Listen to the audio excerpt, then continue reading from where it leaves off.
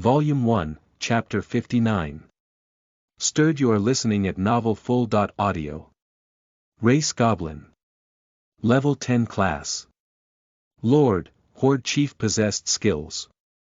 Ruler of the Horde, Insurgent Will, Overpowering Howl, Swordsmanship B+, Insatiable Desire, King's Soul, Ruler's Wisdom I, Eyes of the Blue Snake, Dance at Death's Border, Red Snake's Eye, Magic Manipulation, Soul of a Crazed Warrior, Third Impact, the Third Chant, Instinct, Ruler's Wisdom 2, Divine Protection. Goddess of the Underworld. Altesia. Attributes. Darkness, Death. Subordinate Beasts. High Kobold. Hesu. Winkwith a Frown. LV1, Gastra, LV20, Cynthia, LV20, Orc King. Bui, LV36, My King, There's Blood in the Air. Riding on the back of a double head with an axe in hand, Gi led his wild dogs and their superior noses to my side. Is it the enemy? If things go well enough, it might be possible to capture them. No, it's, as Gi's voice grew weaker, a bad premonition came upon me. Is it our allies? This is a war we're fighting, so of course, I came knowing that we wouldn't come out unscathed. However, Gi was the one pursuing the enemy, so how could there possibly be blood in the air? If it's just a few men, then that's still fine, but, wait, were they ambushed? Let's follow the scent. Either way, we can't just leave them be. If we can still save them, then we should immediately bring them back to the Ganra village to rest. King. The first one to discover them was of course the beast warrior, Gi. Horrible. Without intending to, that word came out of my mouth. What lay before me were my men, wounded and exhausted. They were downtrodden and weak, and not a hint of spirit could be seen about them. Apologies, my king. Blood was flowing out of Gi's left shoulder when he said those words. If it weren't for the wind magician, Gi supporting him, he might not have even been able to stand. But how? When you were the one leading the horde. Anything else would just end up an excuse. I made the wrong call. Gi's dejected figure left me speechless. The one who ordered him to pursue the enemy was me. I ordered him specifically not just because I trusted him, but also because he had the strength to crush them. Moreover, he was a quick thinker. With all these added up, he was a terrifying existence that could almost be thought of as a horde chief. And yet he lost. I see. In any case, bring the wounded back to Ganra's village first. Gilmy, you won't mind, right? Of course. I'll have some people lead the way. After I nodded to Gilmy, I called out to the defeated warriors. You have all disappointed me. Startled, the rare goblins looked at me with fear. King, this is my, Gi's tried to cover for them, but I stopped him, and sent my gaze to the defeated goblins. How long are you planning to look down? As if jolted by electricity, the goblins looked up to me. So what if you lost once or twice? Is that a reason for you to be discouraged? If you lost once, then you should compensate for it with a greater victory. I need to snap them out of that defeatist attitude. If I just leave them alone like this, it'll interfere in the battles to come. Gig, scout the surrounding area. Look for any traces of the enemy's movement. As you will. The two goblins nodded, and I sent my gaze to the defeated goblins once more. If you are truly my warriors, then you will not remain seated in a place like this. Remember. Remember the battle with the orcs. When at that time, in that hopeless battle, you did not look down, why would you look down after losing once? Remember. You are warriors of the king. If you are truly warriors of the king, then take with yourselves the spirit of fortitude and follow me. As my voice echoed loudly to the point where it seemed I was yelling, the fearful gazes of the defeated goblins gradually vanished. Warriors. I give you a chance.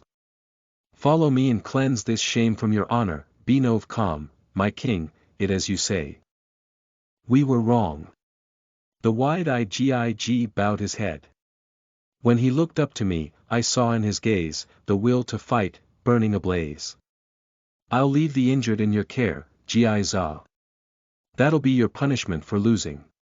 Gi Za looked like he wanted to come despite his injuries, so I gave him a few words. I saw him grimace, vexed, from the corner of my eyes, but without saying anything more, I sent my gaze toward the now standing warriors. Gi Gu, you will be the vanguard. Gi Zu, Gi Du, you three will support. Sorry, but those who stand in my way will die. Normally, I would think of taking prisoners, but this time will be different. Nothing is more fearful than for this expedition to end in defeat. Go. We run with the king. Gi Gu Verbena drew his sword as his voice echoed, raising the morale of the horde. At my command, the goblin horde moved out. After the battle with Gi Za, Alyahalia met up with the chief of the Gaidga goblins, Rashka. They decided to regroup themselves. They don't look very good, mumbled Rashka to no one in particular. With the help of the Parajua they were able to gather the scattered Gaidga. Rashka thought that the goblins would be fine even after being scattered, but unexpectedly, the goblins were actually scared to the point they looked like shivering deer. Was the enemy that terrifying? He couldn't believe that someone could actually strike so much fear into the Gaidga. The Gaidga goblins have already been dulled to fear.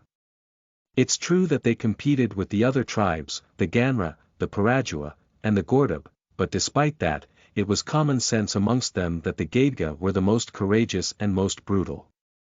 And yet that very same Gaidga was today, shivering in fear. Just who was this enemy? Is this enough? Asked Alyahalia of Parajua, who's been gathering the scattered goblins. Rashka shook his head. Not yet. I know you already know this, but just to remind you, if we take too long, the enemy will get back on their feet. I know. But although he knew, it was also true that he need to gather enough men to take back the village and conquer Ganra. If they were to move carelessly, this time around, they wouldn't come out of it lightly. Let's put that aside for now. How was Ganra's backer? Nothing special, is what I'd like to say, but if they can get back on their feet, then we won't be able to look down on them. The subordinate goblins managed to dodge my spear and even fight back after all. Alyahalia's spear and Jirua fighting together is by no means an easy combination to dodge. To be able to dodge that and even fight back is certainly not something that one could take lightly. Moreover, that wasn't their chief fighting. That speaks volumes of the quality of their warriors. I hear you once talked with their chief. Yes, the East King of the Gi village. He had gray skin and 3 horns, one of which was twisted. He even had a tail. That should be the Lord class spoken of in tales. The founders should have also been Lord class. Of course, that doesn't mean he's necessarily equal to the founders, but, he's definitely strong. But, why? Why would he come to Ganra now of all times? Who knows? Is what Alyahalia seemed to say as he tilted his head and glared at Rashka. You're not planning to try to pull him in as your ally, are you? With a stern face like that of an unbreakable crag, Rashka nodded. If possible, but, since Rashka couldn't gather his subordinates as he pleased, he figured he could play some tricks. In short, all that mattered was victory. Facing Alyahalia's discontent, he admonished him. Now isn't the time for goblins to be fighting each other. It's a race against time. You should know that too. But still, Alyahalia was even more displeased. Reluctantly, however, he still nodded. For Rashka, who rarely ever spoke to explain this much, showed just how much he's been driven to a corner. He's lost his village. Half of his subordinates has been killed. But despite all that, that deep aura about this goblin that was like an immovable boulder showed no signs of being swayed. Without showing the admiration he felt for this goblin, Alyahalia quietly stared at Rashka. Truth be told, he wanted to see him fight. The king of the Gi village. He even thought that if this mist lurking within his chest could be swept away, he would like to seriously fight with him in a straightforward battle to see his strength. In that way, he could come to terms with it. So that's a king, he could say. But he was the leader of a tribe. The skills he had been cultivating all this time in leading his fellow goblins could not permit that. He could not simply lie down and accept defeat. Caught up between Rashka's trust and the fierce longing toward the king, Alyahalia's heart wavered. Volume 1, Chapter 60. Bow and Pride. You are listening at novelfull.audio. Race. Goblin level. 10 class. Lord, Horde Chief. Possessed skills. Ruler of the Horde, Insurgent Will, Overpowering Howl, Swordsmanship B+, Insatiable Desire, King's Soul, Ruler's Wisdom Eyes of the Blue Snake, Dance at Death's Border, Red Snake's Eye, Magic Manipulation, Soul of a Crazed Warrior, Third Impact, the Third Chant, Instinct, Ruler's Wisdom 2, Divine Protection. Goddess of the Underworld. Altesia. Attributes. Darkness, Death. Subordinate Beasts. High Kobold. Hesu. Wink with a Frown. LV1, Gastra, LV20, Cynthia, LV20, Orc King Bui, LV36. After literally bathing in the blood of the remaining Gaidga, we returned to their cave. Did anything change? Nothing in particular. Gi Go Amatsuki, the Sword God's blessed one, went out to meet me. As I nodded to him, I left the security of the surrounding area to him in order to let the other goblins rest. Understood. He left the cave with his men. There was a visible trace of weariness on him, but he didn't show even a fraction of discontent to my command. I went to one of the rooms of the cave and called out to Gilmy. This is a bit sudden, but are there any core members that could be moved to Ganra village? I want to preserve the fighting force that hasn't participated in the war yet. I want to keep their strength for defending the Ganra village. There is about 30 goblins all in all. 30, huh? If so, then the problem should come down to the distance between Ganra and Gaidga. There's also the speed of the Paradua riders to take into consideration. I should be letting the tired goblins rest. If possible, I'd like to keep Ganra safe, but the Paradua riders are an issue. According to the Wind Magician, Gi-Du, they were attacked a half-day's distance from Gaidga's cave. We know that Paradua's village should be a 2 days' distance to the south. But if so, then it doesn't add up. Although of course, these are all just speculations, but still. Regardless, there are 2 issues we're facing now. The first issue is the possibility that they're already en route for this village.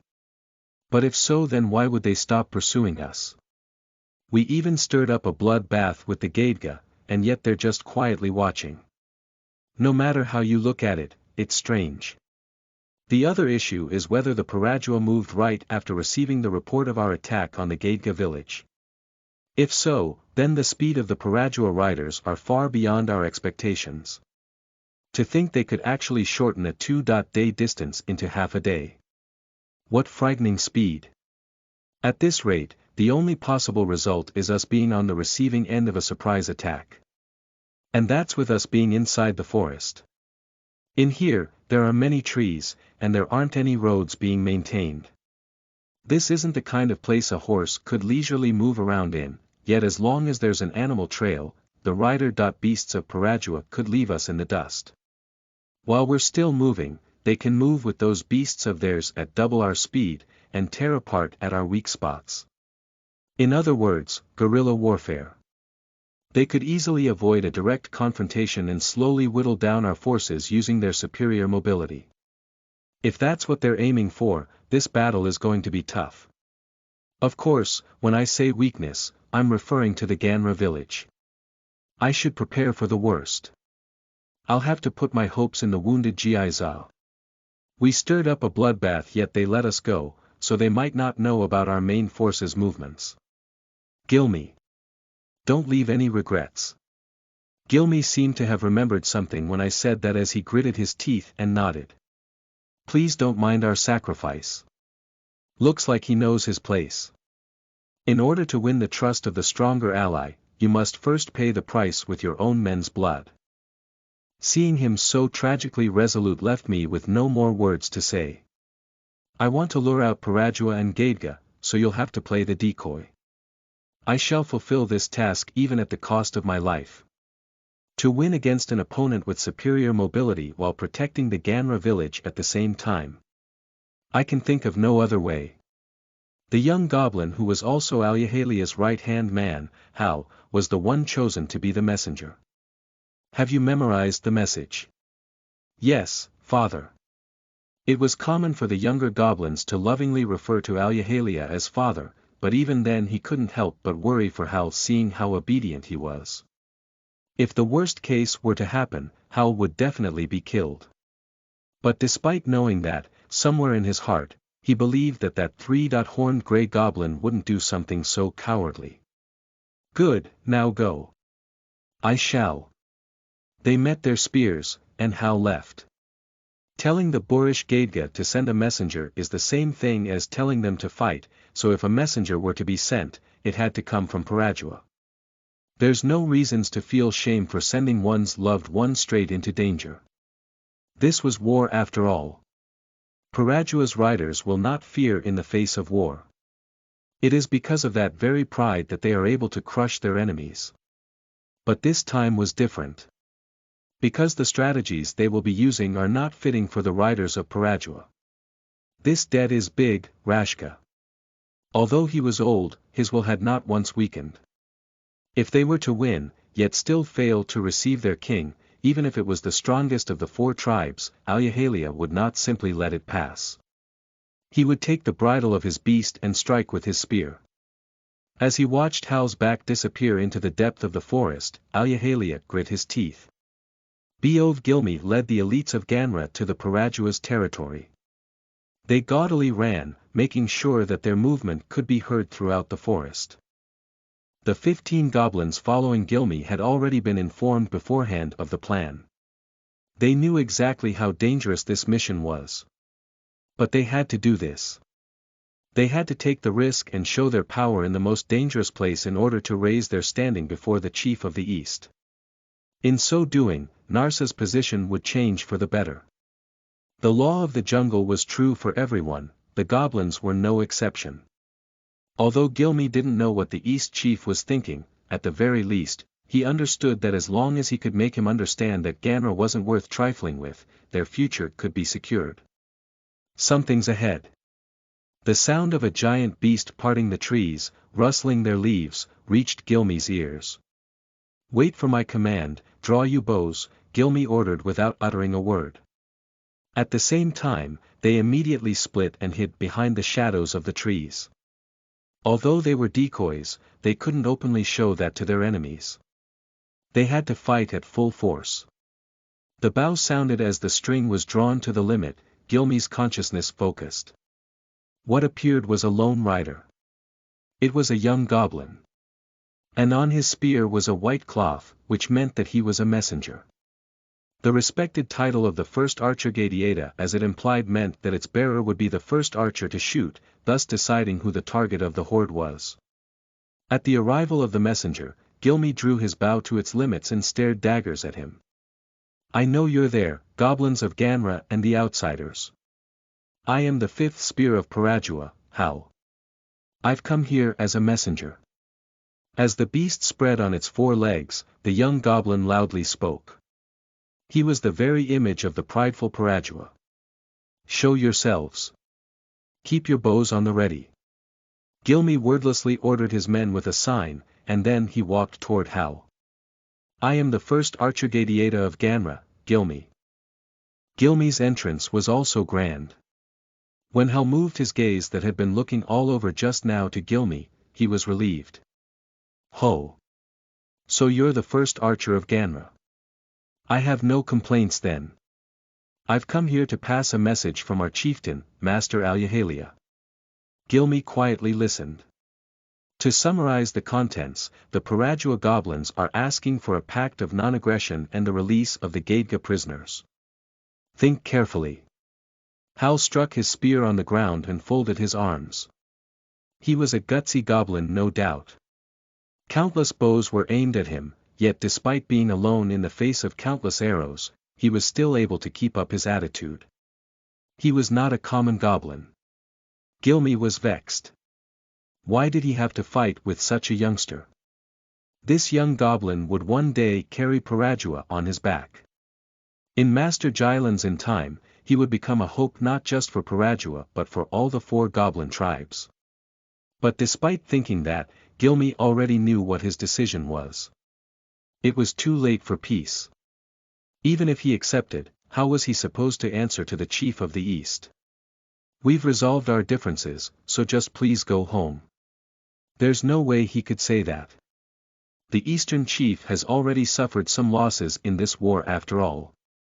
I understand the conditions, but I, R.A. Gilmy, have made up my mind. In that instant, he drew his bow to the limit and released it, letting loose the bow toward a single point.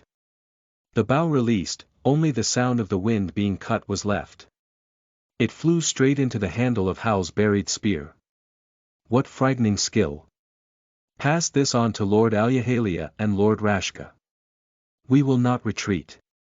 If you're planning to surrender, do it quickly. Otherwise, their opponent shall be I, R.A. Gilmy of Ganra. Very well. Hal glanced at the arrow pierced upon his spear.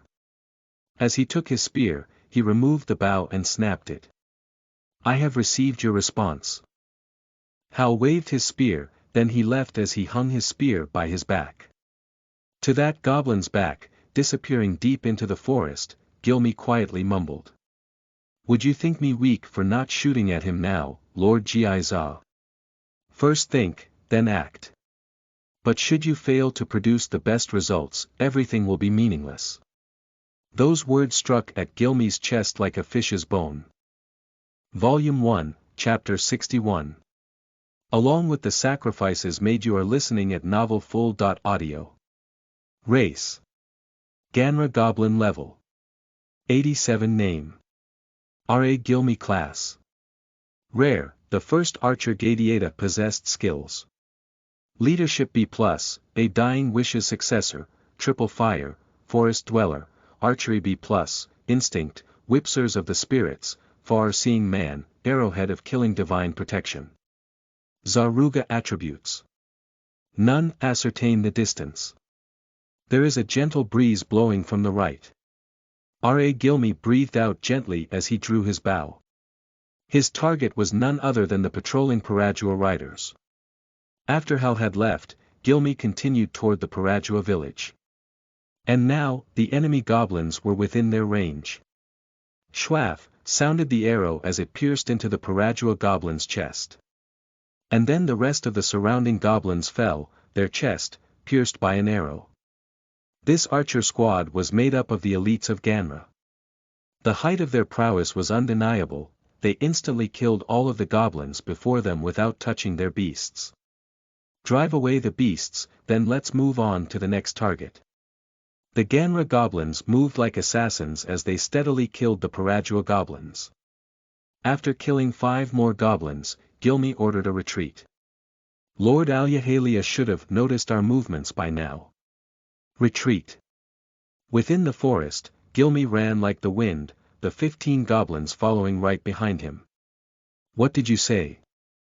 After receiving Hal's report, a scout also reported. When Alyahalia and Rashka heard the contents, they couldn't believe their ears. The patrol groups have been killed. Anger contorted Alyahalia's face. The goblins who came to report shivered, unable to hide his fear. Yes, several have been killed by Ganra's bow. After their beasts came back to the village, we went to check, and we found their bodies. Bastards, you've really done it now. Alyahalia gritted his teeth in his rage, but Rashka only quietly nodded, as stiff as ever. We're pursuing them. Gather the men. Yes. I understand your feelings, but if you're going to fight, then it's better to wait for my Gadga. Sorry, kid. But I'll have you slow ones watch the house for now. Alyahalia. Blinded by anger, Rashka's remonstration only fell on deaf ears. The ones who were done in were my men. So the one who will be taking vengeance is me. Rashka narrowed his eyes as he watched the departing figure of Alyahalia riding on a rider-beast. So just discussing really wasn't enough, huh? Aside from him and the goblins he was leading, there was no one else. Gathering the 4 treasures and unifying the 4 tribes, aside from him, there was no one else. They've come. All men, gather together and retreat. The goblins of Ganra were running in the forest just as Gilmy ordered. After that, the Parajua came to pursue them. With the surrounding area littered with trees, the small Ganra were at an advantage over the Parajua who were riding on beasts. Of course, it's a given that running individually has a higher chance for survival than running as a group. After all, the pursuers will have to spread themselves. But then, they wouldn't be able to lead the Parajua goblins as a group. In order to fulfill their purpose as bait, they had no choice but to run as a group. Wait, you small bastard. The Parajua goblins jeered as they continued to pursue. As one of theirs struck out its spear angrily, the Ganra goblin farthest back was struck. TCH. Run at full speed. I'll watch the back. Gilmy drew his bow as he intentionally made himself last. Without even aiming, Gilmy let loose his arrow, inadvertently shooting it to one of the trees. That arrow did not have even the slightest effect on the pursuing Parajua goblins. From behind, from the flanks, the Parajua goblins tried to surround the Ganra goblins. Slipping through the thrusted spears, they slipped through the bushes where the riders couldn't enter. The Parajua riders outnumbered the Ganra archers. If they were to stop, they would surely be skewered from all directions. They had to run. The sharp branches whipped against their cheeks, the visible roots tripped their feet, there was no end to the wounds incurred from the surrounding trees. No matter how much a friend of the forest the Ganra were, the Parajua's riders were also the same. No matter how experienced the Ganra were when it came to the forest, the Parajua wouldn't necessarily be at a disadvantage if they were simply running. Just a little bit. Just a little bit more.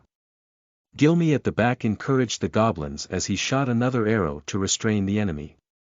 Although the arrows rarely ever landed within the dense forest, the Parajua also couldn't make a move. The spaces between the trees were too narrow, they couldn't thrust out their spears.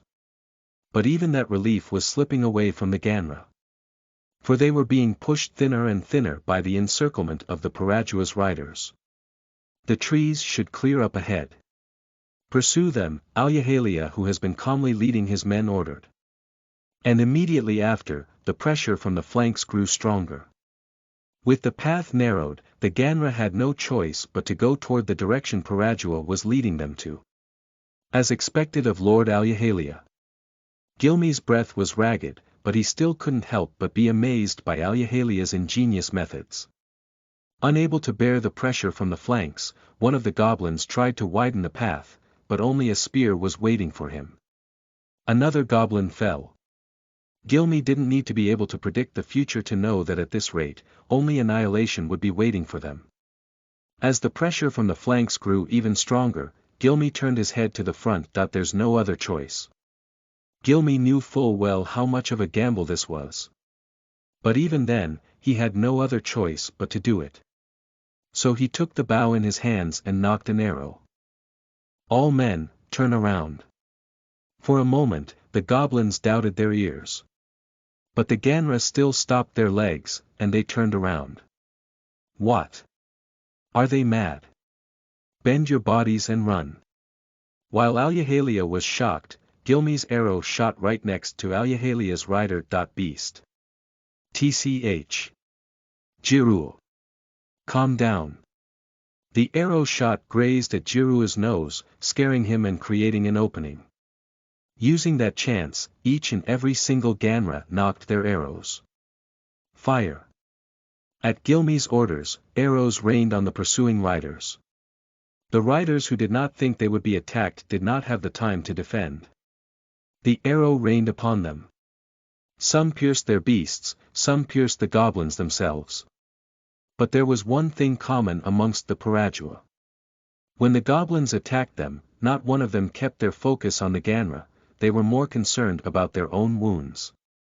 And that created a small opening. Using that opening, Gilmy led his men to run through the Parajua. Bending their bodies, they ran through the giant rider beasts toward a thicker part of the forest.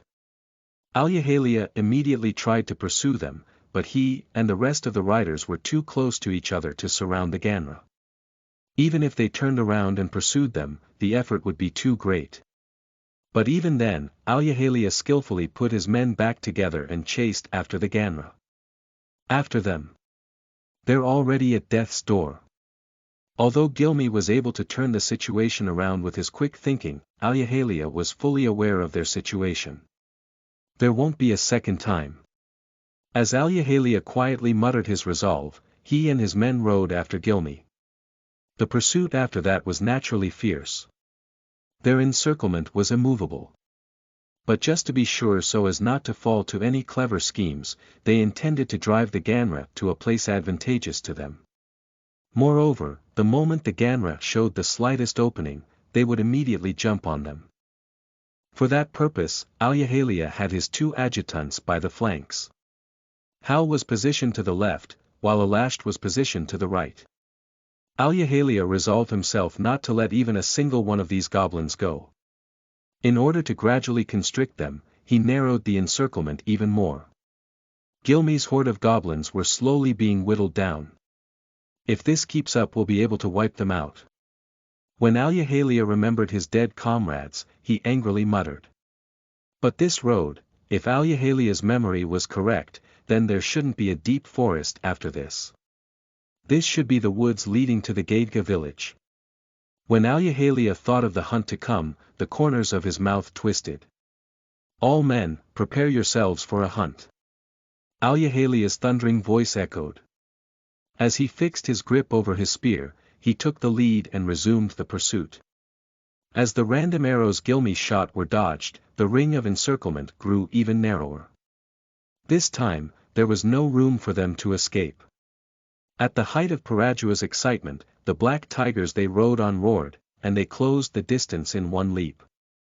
After them.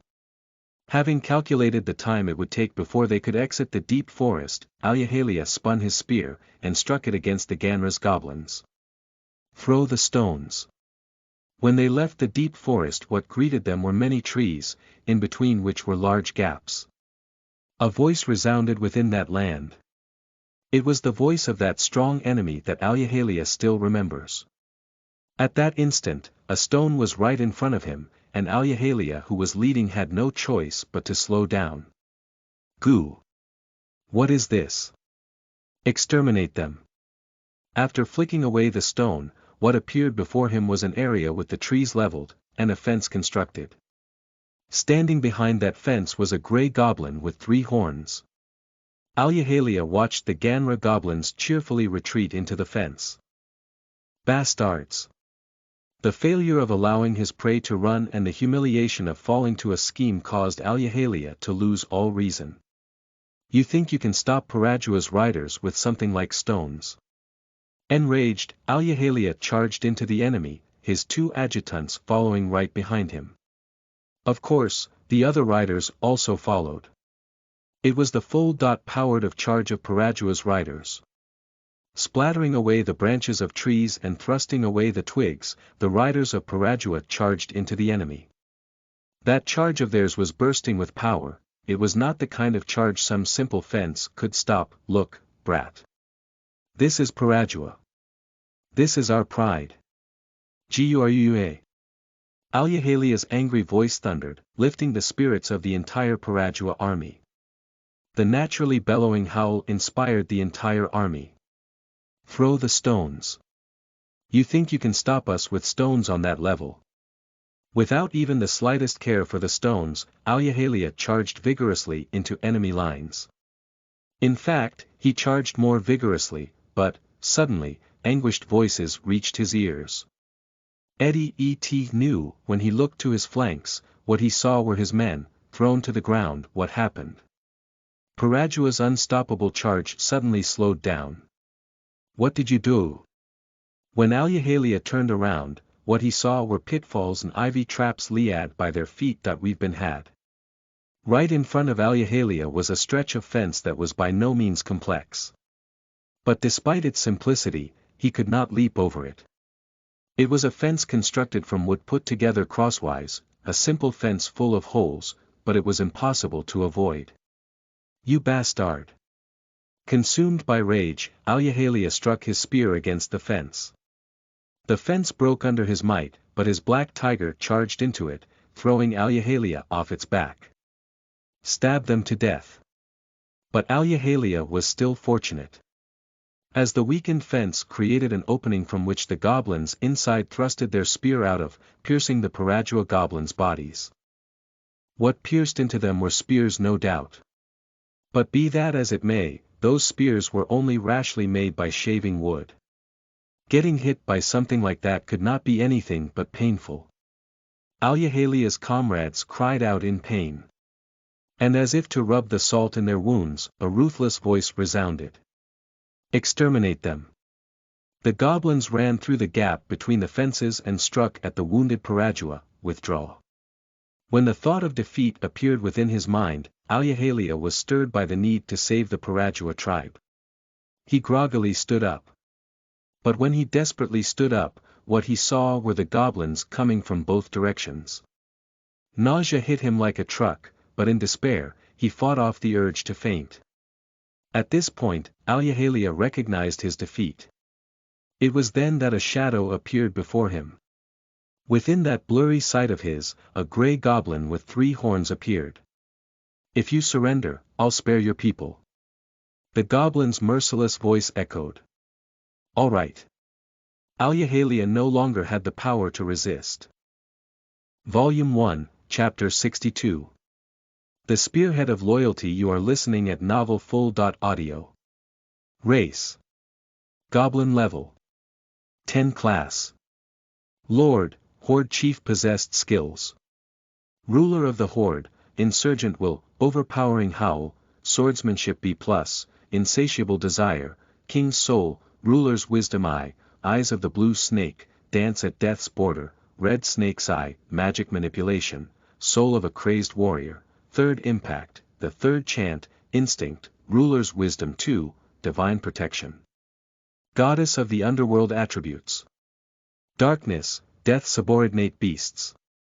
High Kobold Hesu, LV1, Gastra, LV20, Cynthia, LV20, Orc King Bui, LV36. I internally breathed a sigh of relief when I saw Alyahalia nod. Honestly speaking, the sacrifices in this battle were just too much. The newly added Ganra are all half-dead. And although I've laid out an encirclement with GI Goo and GI Go coming from around the back, that encirclement is actually nothing more than a thin sheet of paper. Stop fighting. Parajua has surrendered. It's our victory. With victory declared, enemy morale plummeted. As my subordinates cheered, the Parajua grew solemn. We gathered the defeated goblins into one area, and then I had my subordinates monitor them. Well done, Gilmy. Too many lives were lost. As Gilmy hung his head, I told him. But no one else has been able to make Parajua surrender with just these many losses, right? So it's a job well done. To be honest, I was half-dubious whether Gilmy could come back alive. So I had the stealthy GIG hide himself in their escape route to serve as decoy should Gilmy and the others be annihilated. Yet 2 out of 3 of the Ganra goblins actually managed to survive. Although that's only about 10 goblins, that's still a lot. We'll talk about your reward later. You should think about it well. Rewards should be properly given to the successful. It could be said that Gilmy's results so far are unequaled. If he can show that strength as my follower from now on, I'll have to give him a suitable reward. Now then, Alyahalia of Parajua. Gi Go with his curved sword and Gi Gu with his axe were standing around the captured Parajua goblins, paying careful attention to them. I'll give you my life. In exchange, please save my subordinates. As Alyahalia sat on the ground, he had an expression on him that seemed to say he would accept anything. Very well. After a little thinking, I nodded. Go save their wounded, Gilmy said to one of the Ganra goblins. Hearing that, Alyahalia and his adjutants heaved a sigh of relief. The Ganra goblins uses some kind of salve made from herbs to tend to their wounds. They handed that over to the Parajua goblins, who immediately rubbed it over their wounds. They also used the leaves of the trees to cover the wounds. I've always been relying on Reshia's healing ability, so seeing the goblins use medicine shocked me. Of course, I didn't let that show on my face. I just naturally glanced at the medicine.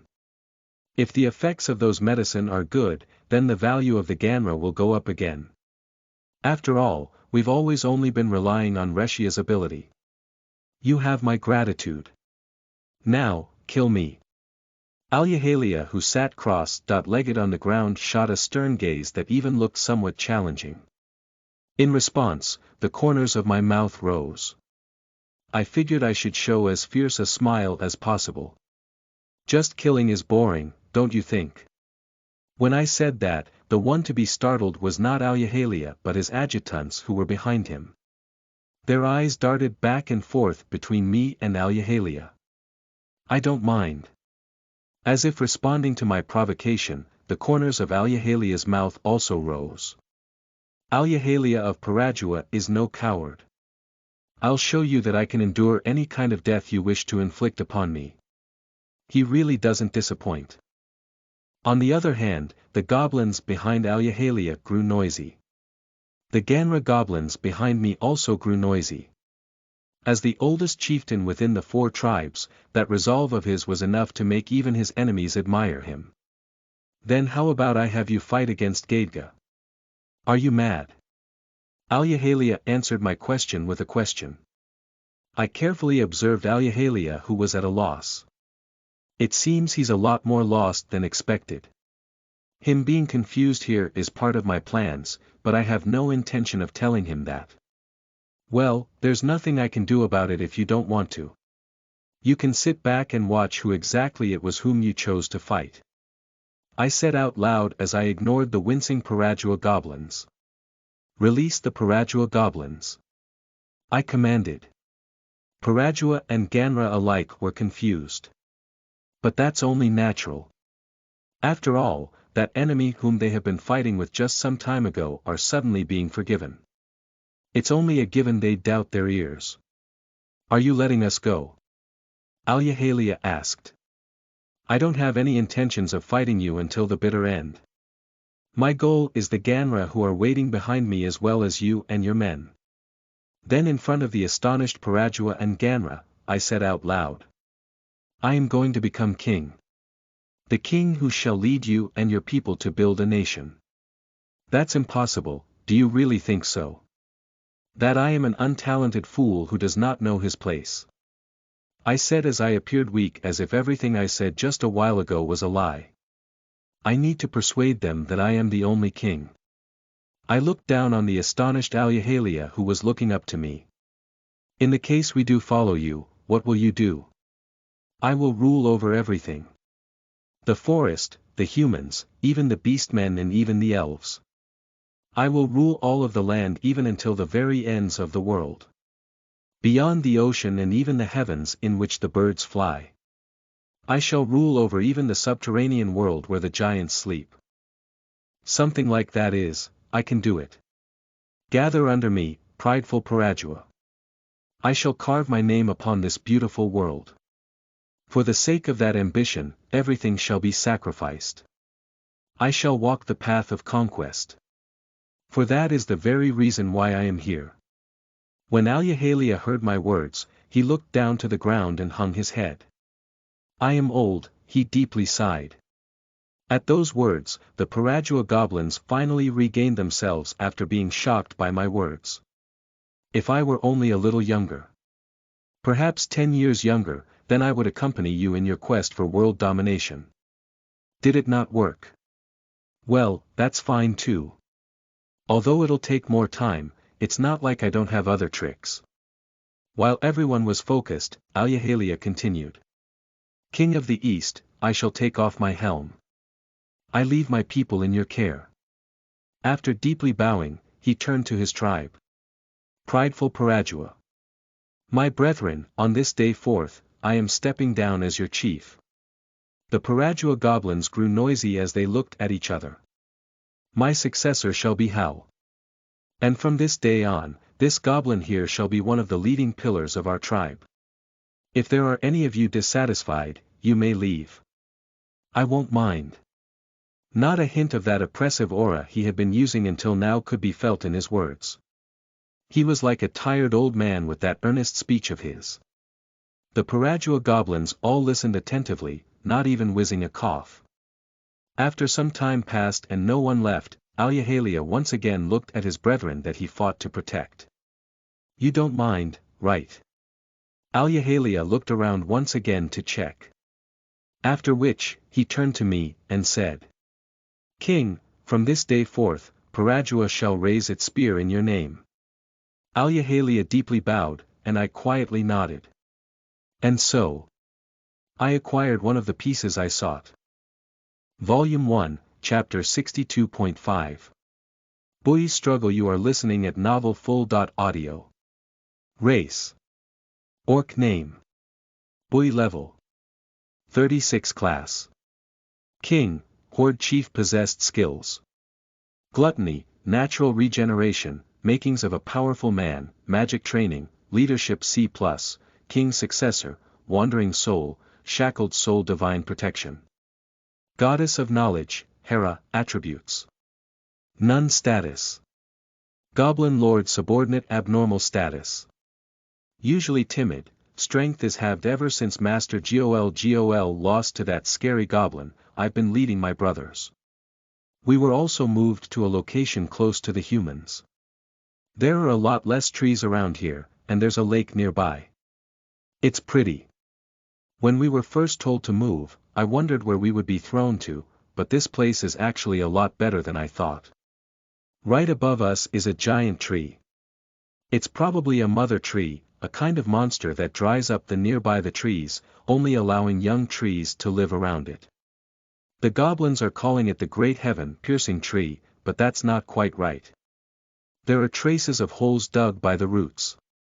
Those were probably made by the goblins, but they're too small for us orcs to fit into. For the meantime, let's fix this place up. When I gathered everyone and proposed an idea to them, they all made an odd face. I wonder why. Food, want. Food, first. Sigh. Even though they've mostly been eating since coming here. But we don't have a place to store food. I argued. Then isn't it fine just to eat everything? They argued back. Right. Right. The other orcs agreed. Since there's no place to store food, just eat everything. What kind of idiotic orc are you? Around these parts, there aren't any enemies for the orc aside from the giant spiders. But even those giant spiders are being wiped out by the goblins. So as long as we protect the borders of the kobolds to the east and the goblins to the south, this place is almost like a paradise for us orcs. There's plenty of food, there's also water nearby, and more than anything, there are no enemies. With all that, I decided to create a peaceful village here. Fortunately, the stronger factions against such an idea have mostly died in the war. Now, it's mostly just the younger orcs and the older females here. Master Boy, I want to eat meat. Meat. Meat. Meat. The other orcs raised up their right fists and swung it down to their chests to show their agreement.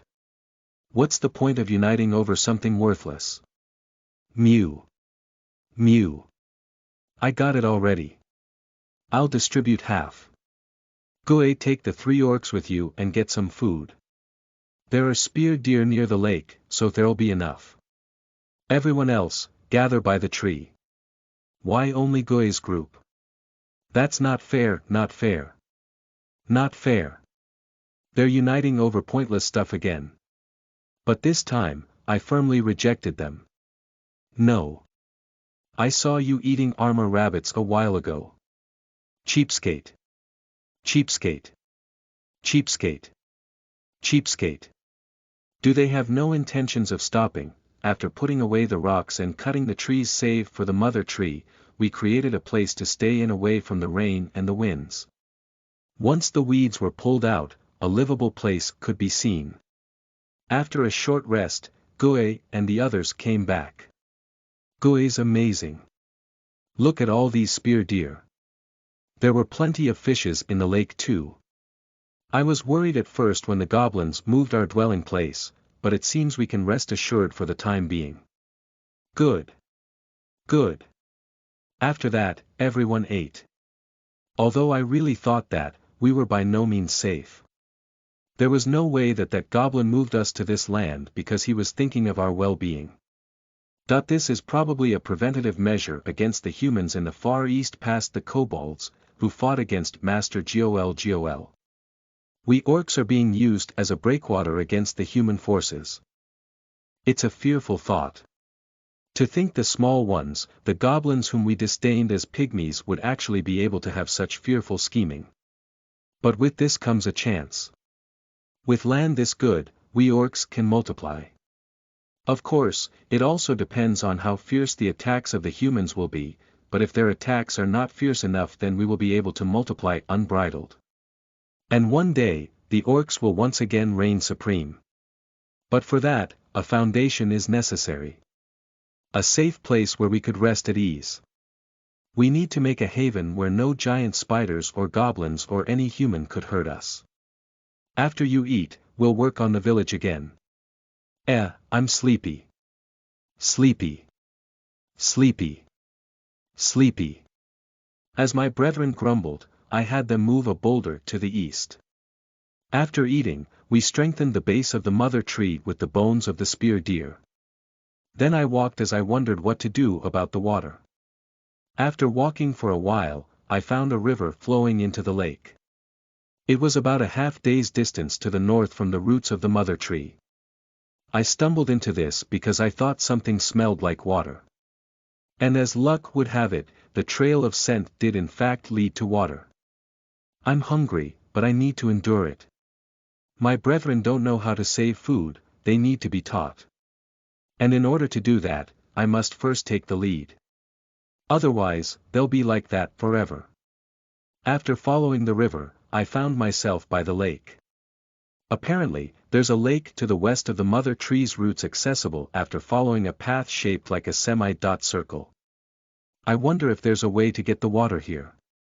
Having water in the village would prove useful. We could wash our bodies, and we might even be able to eat fish. In any case, I'll think about it after getting back.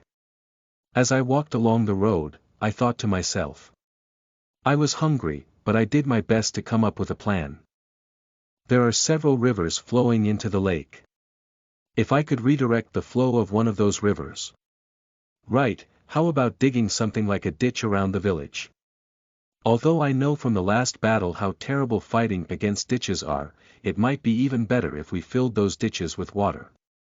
After all, neither humans nor goblins could breathe underwater. So if we built a deep ditch, they shouldn't be able to easily penetrate our defenses. Right, that's definitely right. The only question now is how exactly are we supposed to get the water?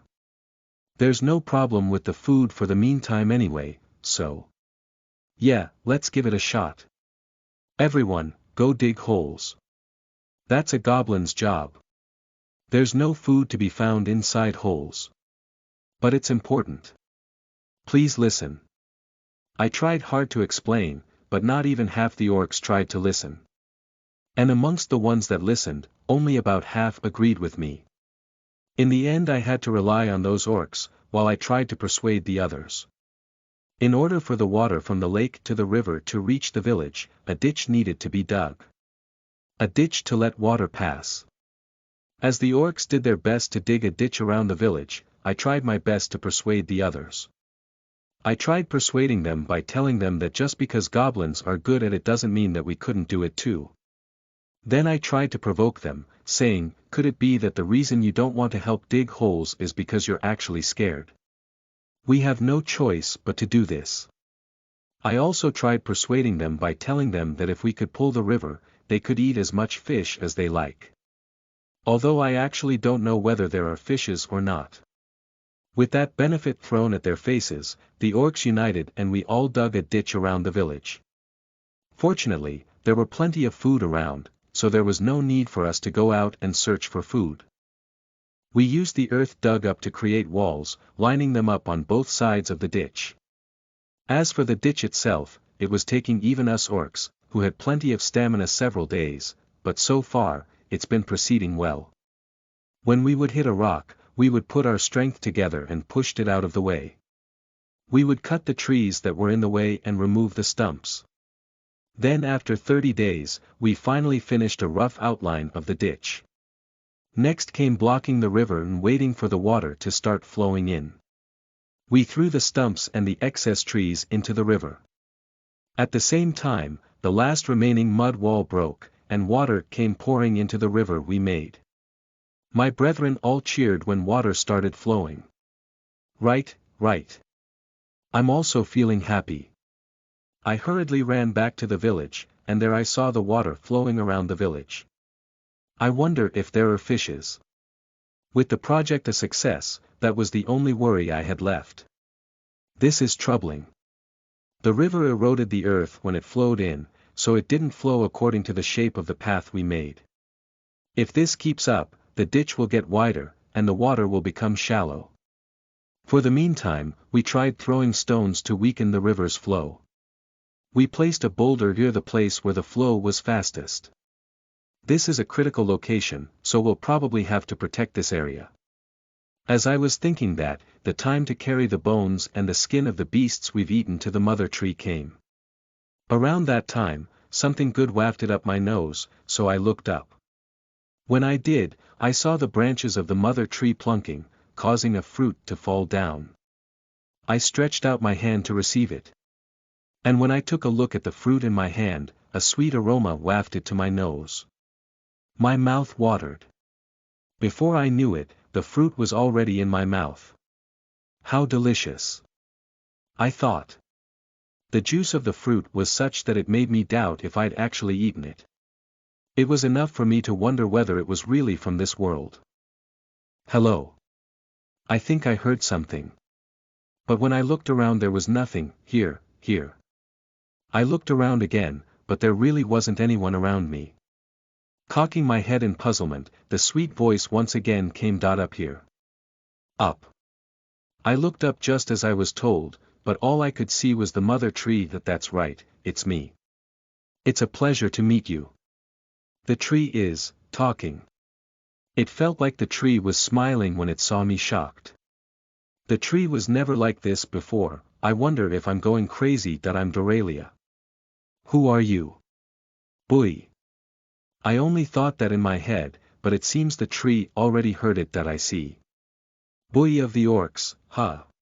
Hey, are you having some problems? No, it's not big enough to be called a problem. I see. But don't worry. I'll help you out. But in exchange, help me groan even more, okay? What do you mean that I'm going to weaken the flow of the water for you? So I want you to keep bringing nourishment for me. If you do that, I might be able to bring out more saplings and possibly even create a forest. How is she going to create a forest? You pulled out the weeds and even brought nourishment for me, so consider it as a special gift. Another fruit fell from high up above me. When I ate it, a mysterious power welled up from within me. Thank you, Doralia. You're welcome. After that, I went to check the flow of the river. But just as Doralia said, the flow was now weaker. In fact, fishes could even be seen in the water. My village construction is proceeding smoothly. Now all that's left is how to deal with the scary goblins and how to run from the humans. But first, I should prioritize increasing my brethren. Boy's level has risen. 36. 40. After consuming Doralia's blessed fruit, communication with Doralia has now become possible. Status, added. It is now possible to receive the blessing of Doralia. Natural regeneration will increase according to the limits of Doralia's power. Author's note. The tough boy who is secretly scheming against the goblins. If you're wondering how Gol lead his crazed orcs. It went like this. Let's go, you bastards. Follow me. Yeah. Kill them all. Beat them up. Great General. Orcs. Who are we? The strongest. The strongest. The strongest. Like that they spontaneously chose their course and ran wild. Orcs are normally like that. The weird one is Bui. As for how the story of this orc who received the divine protection of Hera goes, no one knows. Volume 1, Chapter 63. A demand for surrender. You are listening at novelfull.audio. Race. Goblin level. 10 class. Lord, Horde Chief possessed skills. Ruler of the Horde, Insurgent will, Overpowering Howl, Swordsmanship B+, Insatiable Desire, King's Soul, Ruler's Wisdom I, Eyes of the Blue Snake, Dance at Death's Border, Red Snake's Eye, Magic Manipulation, Soul of a Crazed Warrior, Third Impact, the Third Chant, Instinct, Ruler's Wisdom II, Divine Protection. Goddess of the Underworld Attributes. Darkness, Death Subordinate Beasts. High Cobalt Hesu, LV1, Gastra, LV20, Cynthia, LV20, Orc King Bui, LV36. After sealing the movements of the Parajua goblins, the whole army confidently marched toward their village. Leading the way was the newly appointed Parajua chief, Hal. He kept whatever uncertainties he had buried at the bottom of his heart as he led the horde. He chose the shortest route just as I had asked him. And he even chose the routes easiest to walk on. He did his job well. Although I gave the Parajua goblins 2 days. The extra 1 day for rest. We ended up arriving at the Parajua village in no time at all. Looking at the village from afar, the Gaidga could be seen gathered at the center of the village. From amongst that crowd was one particular goblin who stood out. It was probably their chief, Rashka. Although their numbers have greatly dwindled, they were still not something that could be taken lightly. Besides, I don't actually want to reduce their numbers any further. You're going to demand their surrender. Gilmy wasn't sure if he heard right. But that's only to be expected. After all, we've already attacked their village. There's no way they'd easily forgive us. It didn't matter even if it was the wiser Ganra in their position, they still wouldn't forgive us. Hearing that, even the normally calm Gilmy couldn't help but doubt my judgment. The reactions of the other Ganra goblins could easily be guessed. Right. If possible, I don't wish for any more casualties, I said. But unlike usual, Gilmy didn't immediately agree. He looked troubled for a moment before eventually nodding. If it's the will of the king, then I suppose it can't be helped. Gilmy reluctantly agreed. But if a battle does break out, then... That hounding response of Gilmy's showed just how fierce his fury was. When that time comes, then I will personally defeat Rashka. I understand. With that, he withdrew from my presence, and I quietly sent him off as he went to explain to the other Ganra. I had a hard time deciding who to send as messenger, but then Alyahalia of Parajua personally asked to be sent. I guess from his perspective, he would want to get out of his newcomer position as fast as possible. If he could get some kind of achievement, his and his tribe's position would be secured. But there's another reason why it makes sense to send him. The 4 tribes are arrogant. They look down on other goblins, and they have a tendency to want to do things themselves rather than leave it up to their subordinates. Princess Narsa of Ganra is similar. Besides, it looks to me he personally wishes to make a sacrifice for the tribe. Very well, Alyahalia. I leave it to you. This move will shake them mentally. After all, the oldest chief of the 4 tribes himself is the one sending the message. When the very superior they've looked up to all this time visits himself as the enemy's messenger, will they lash out in anger? Or will they shiver in fear, imagining, how strong could the enemy be? Naturally, I'm hoping it'd be the latter, but the former isn't so bad either. The ability to attack from a distance Ganra and the ability to move through the battlefield with nimbleness Parajua, both have already fallen into my hands. Should the Gaidga decide to fight, I will have more than enough to meet them head-on. Charging straight ahead like a bear, clearly too ill-fit for schemes and trickery. Gladly. As that ashen head of his rose, Alyahalia climbed up his beloved steed, Jiruo, and he gallantly set off for the village. In the worst case, Rashka will take him in as a hostage, or he might even kill him, but either case could be used to unify the hordes. An enemy that's too easy to understand will allow us to unite. The small gap that exists between the Parajua, the Ganra, and myself will be filled by Alyahalia's sacrifice. Alyahalia himself understands that. It could even be said that this former chief was basically ordering me to unify the hordes through his sacrifice.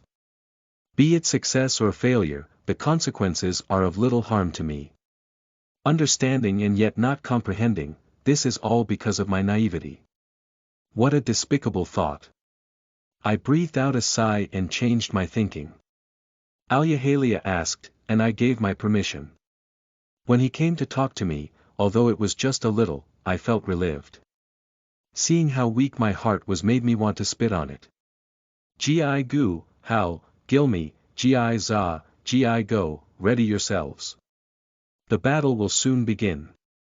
As I ordered to my second-in-command, Gi gu verbena, to Hao, the leader of Parajua, to Gilme, the leader of Ganra, to Gi za, the leader of the Druids, and to Gi go Amatsuki, a noble class, I patiently watched Alyahalia's battle. Master Alyahalia has returned. A Gaidga goblin reported to their leader, Rashka. Then let us go out and meet him. As Rashka stood up and led the young of the Gaidga, a rider entered from the edge of the village. When Rashka confirmed it was Alyahalia, his brows knitted. Just one rider. Was Parajua defeated?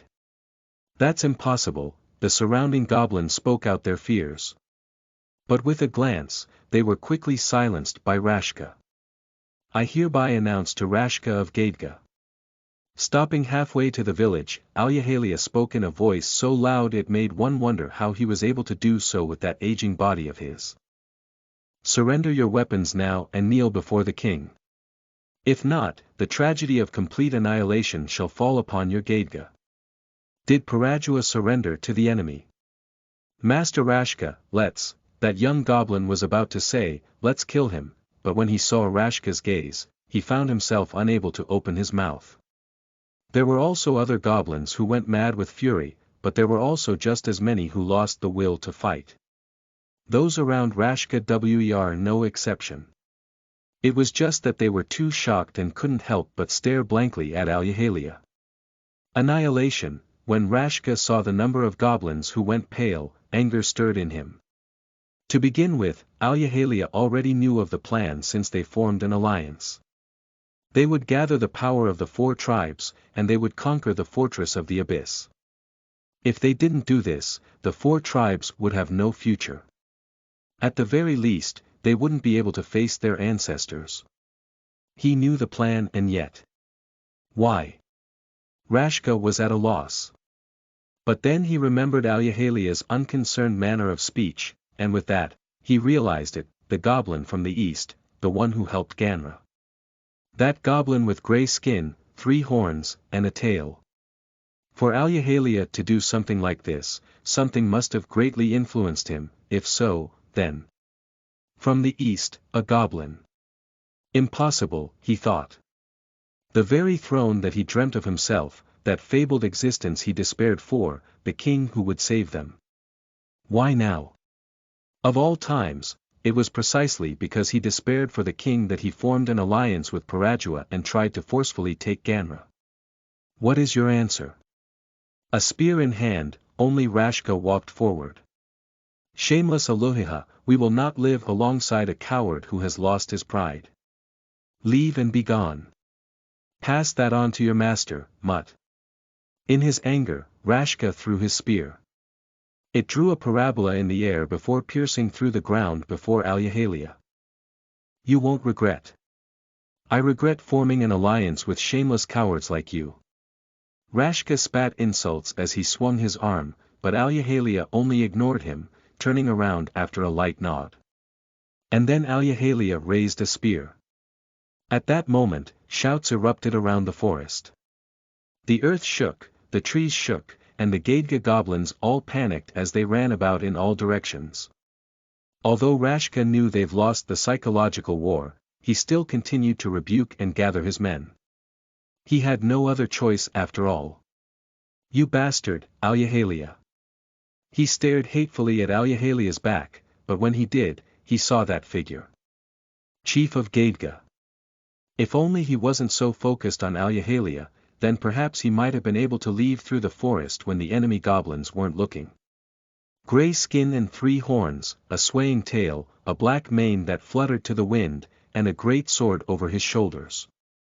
The intimidating aura that seeped out of him spoke of his strength. At this point, Rashka managed to regain himself from his anger. They who were called the strongest of the 4 tribes did not only possess Herculean strength. They also possessed a sound mind and a resolute will. The goblin before him was most likely that same goblin who claimed himself the king of the eastern GI village. Although Rashka himself had gone through countless battles, when he saw this figure before him, he couldn't help but stare in amazement. He was speechless. Just a while ago he was burning furiously at Alyahalia's betrayal, but now he understood. This goblin had a charm about him. A charm so strong he didn't want to pull his eyes away. Chief of Gaidga. A voice that shook even the earth, what splendor. I'm here. He had to respond. As he let the emotions stirring within him take control, he bared his fangs. Do you dare challenge my sword? Facing toward the great heavens, clad in pitch-black flames, that great sword gradually pointed toward him. At that moment, everything disappeared.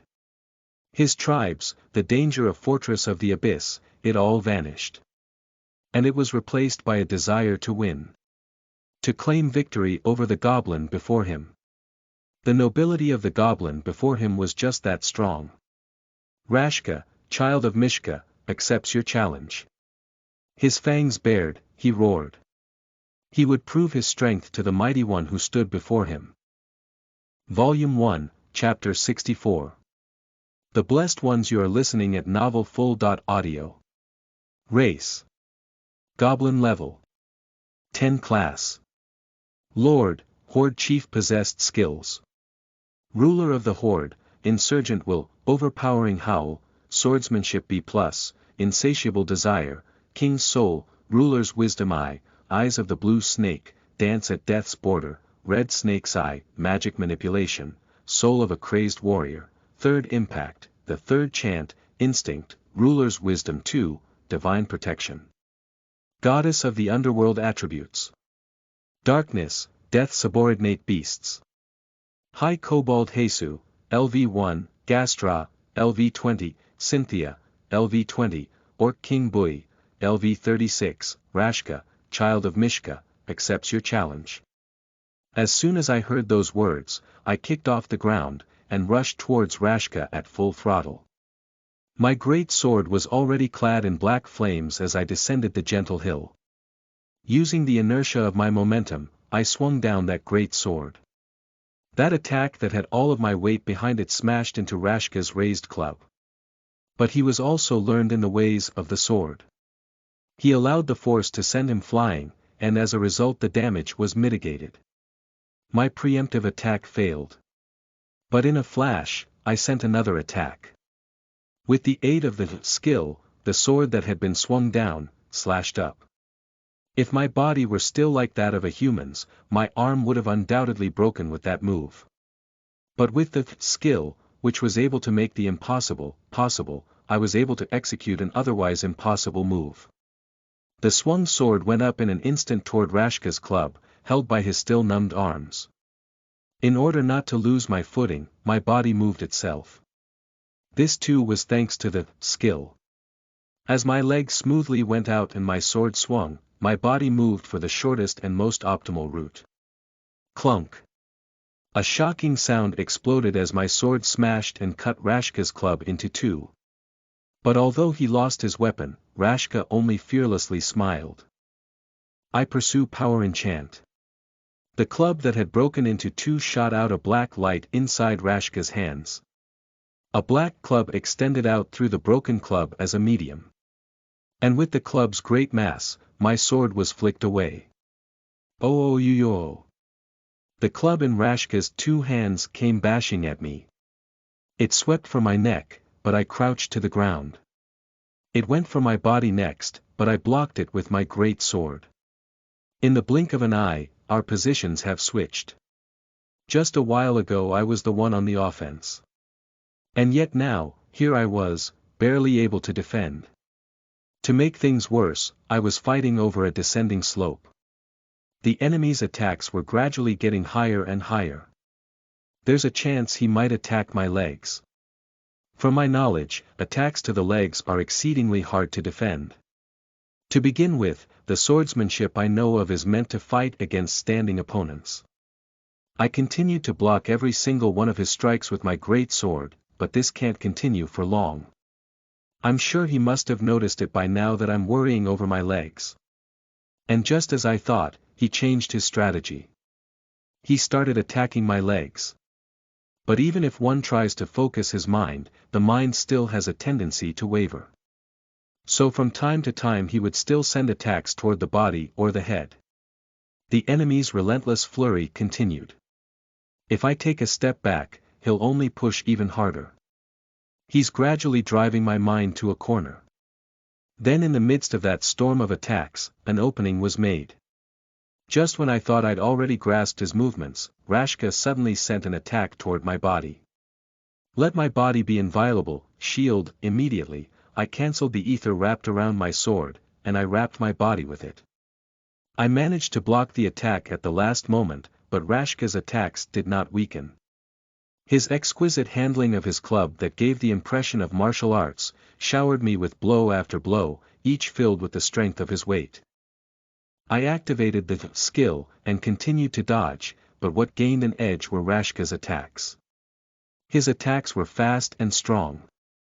And although simple, they dominated over others.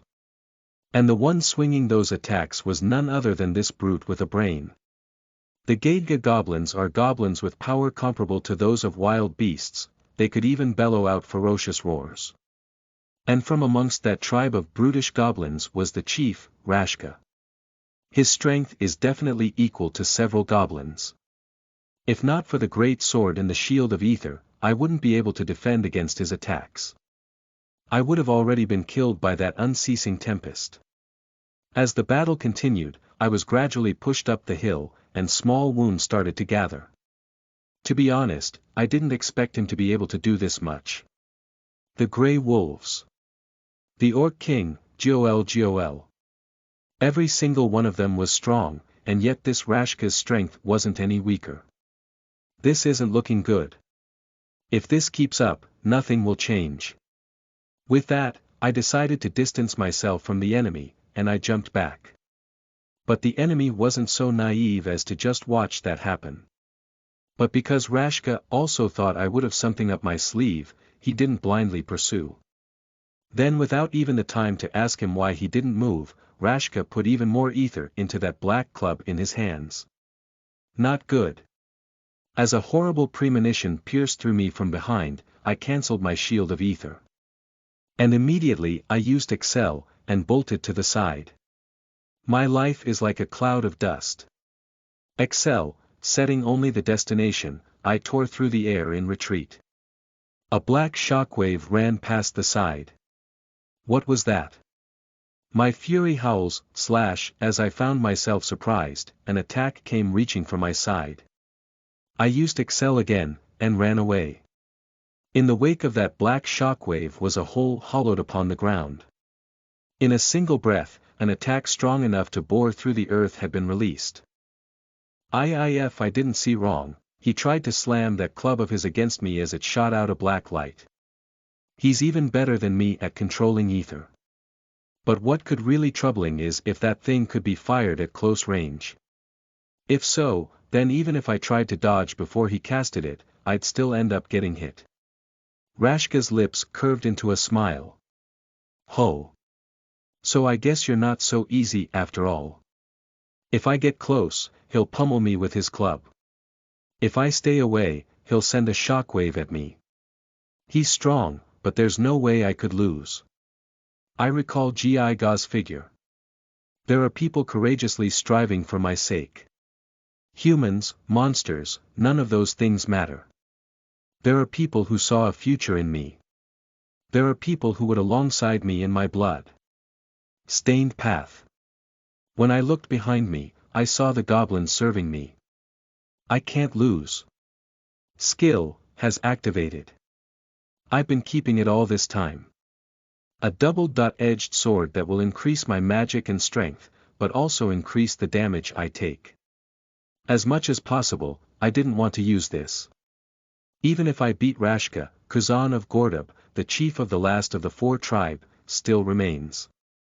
I don't know how he's going to move, but if I were to become incapacitated here, things won't be pretty. However, with an enemy as strong as this before me, if I don't fight with everything, I will certainly lose. I used it to find the enemy's weaknesses. Eyes, heart, head, legs. I picked out his weakness from all that fragmented information. Having to continue dodging his casts of slash, only to barely come out alive each and every time as I tried to think of a way to defeat him was gradually exhausting my mind. Gnav om, if I exhaust myself too much, I won't be able to use other skills. Especially since its burden on the mind is too great. It's strong, but if I make a single mistake, my mind will die before my body does. That'll be no different from defeat. I focused my ether to my sword. Goblins of the 4 tribes, decide with your own eyes whether I am fit to be your master. Gurua. As I bellowed out a roar, the earth shook. My fury howls. Slash, I met the oncoming shockwave with my blade. Turn me into a blade enchant. As I ferociously walked toward that shockwave, I swung my enchanted great sword against it. Volume 1, Chapter 65. The first defeat. You are listening at novelfull.audio. Race. Goblin level. 10 class. Lord, Horde Chief possessed skills. Ruler of the Horde, Insurgent will, Overpowering Howl, Swordsmanship B+, Insatiable Desire, King's Soul, Ruler's Wisdom I, Eyes of the Blue Snake, Dance at Death's Border, Red Snake's Eye, Magic Manipulation, Soul of a Crazed Warrior, Third Impact, the Third Chant, Instinct, Ruler's Wisdom II, Divine Protection. Goddess of the Underworld Attributes. Darkness, Death Subordinate Beasts. High Cobalt Hesu, LV1, Gastra, LV20, Cynthia, LV20, Orc King Bui, LV36, the instant Rashka's shockwave crashed into the king's descending great sword, a violent tremor shook the earth. Alyahalia, who was sitting by the side on his rider. Beast called out to Gi Gu Verbena, who was leading the horde in the king's absence. Are you sure you don't need to save him? Rashka's strong, you know. But Gi Gu did not move an inch. It is the king's will. We shall obey. If you try to interfere, I will use all of my power to stop you. Even if your purpose might be to save the king's life. With his arms folded, and his eyes looking down, he watched the battle between the king and the enemy general unfold. The king will win. Today's no different. And from now on too, that is how it should be. A glint like burning fire shone within his 2 eyes as Gi Gu Verbena gritted his teeth tight and folded his arms even stronger. He wanted to move. He himself wished to do so, but he desperately kept that urge at bay. Right, since that's how this goblin who is his senior in service to the king, then he, Alyahalia, could only do the same. As he stifled the stirring of vexation within, he kept watch over the king's duel. In the background, the bird of misfortune Skyura, provokingly sang. My sword slammed into the shockwave, and an explosion of dust literally blew up in the aftermath. Shockwaves continued to fly toward me. But each and every time, I would swing my sword and crush the shockwave head-on. For a short moment, Rashka's pained voice leaked. It seems he's realized that magic he's so proud of isn't working. Long-range attacks are impossible for me. So there's no other choice, but for me to slip through these attacks, and challenge him to a melee. Unfortunately, it'll be a narrow margin even in a close fight. But I mustn't think of losing. If anything, if I end up distancing myself from him, all it means is that a shockwave will come flying at me again. As my great sword met his shockwaves, I resisted the pressure of the exploding wind, and I stepped forward. Laughable. An attack that looked to crush me, descended. Be it strength or speed, Rashka was indeed above me, however. My life is like a cloud of dust Excel. With my magic supply bolstered by the skill, I increased my speed to the limits. As a shockwave resulting from the explosion of ether hit me from behind, I rocketed off. Then in an instant, I suddenly stopped the ether. By the time my sound and vision returned to me, what was before me was Rashka's figure, swinging his club down. Turn my body into a blade, enchant, make it in time. I swung the blade at my side to meet the descending club. The two enchanted weapons crashed into each other, causing black sparks to scatter. Both weapons were blown away, but the one to recover his posture first was the enemy. My great sword, held by both of my hands, was blown away, while the enemy swung down his club one-handedly. If the two forces were the same, then of course the resulting shock would be weaker on the enemy's side. I needed to leave the range of his club, so I separated from him to shake off the force I received just now. As I gradually managed to stifle the strength of that force, I immediately fixed my stance as soon as I stepped out of his range. In front of me was a black shockwave, let loose from a downward swing. That attack that was strong enough to hollow the earth, crashed into the ground and caused an explosion, giving rise to a tempest. For an instant, our eyes met. Aiming for his arms, that V just swung down that club of his, I took my sword, and slammed it into him. But the enemy also took his club, and he managed to meet my great sword. Again, I was blown away. Sheet, what kind of strength is this? That I've already used, and yet his strength is still greater. Not to mention, on top of his superior strength in melee, he is even able to attack me from a distance. Doesn't this mean that I virtually have no chances of winning? But still, I can't lose. Isn't there something I could use to defeat him? I checked my skills inside my head, but the only two remaining skills were and. These two skills are too risky.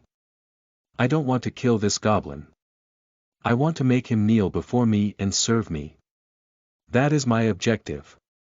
The Ganra tribe might have something to say about that, but I want his power. As I was thinking that, I continued to keep alert, but for one moment, just one moment, I might have let my guard down. And in that moment, Rashka's body neared a place that my great sword could not reach. Not good. Leaving it to my instinct, I swung my enchanted sword. My fury howls, turn me into a blade, enchant. At the two explosions, the two forces were offset, and I once again stood before the enemy. For a moment, I glanced at the sword in my hands that had been blown back by the shockwaves from the explosion.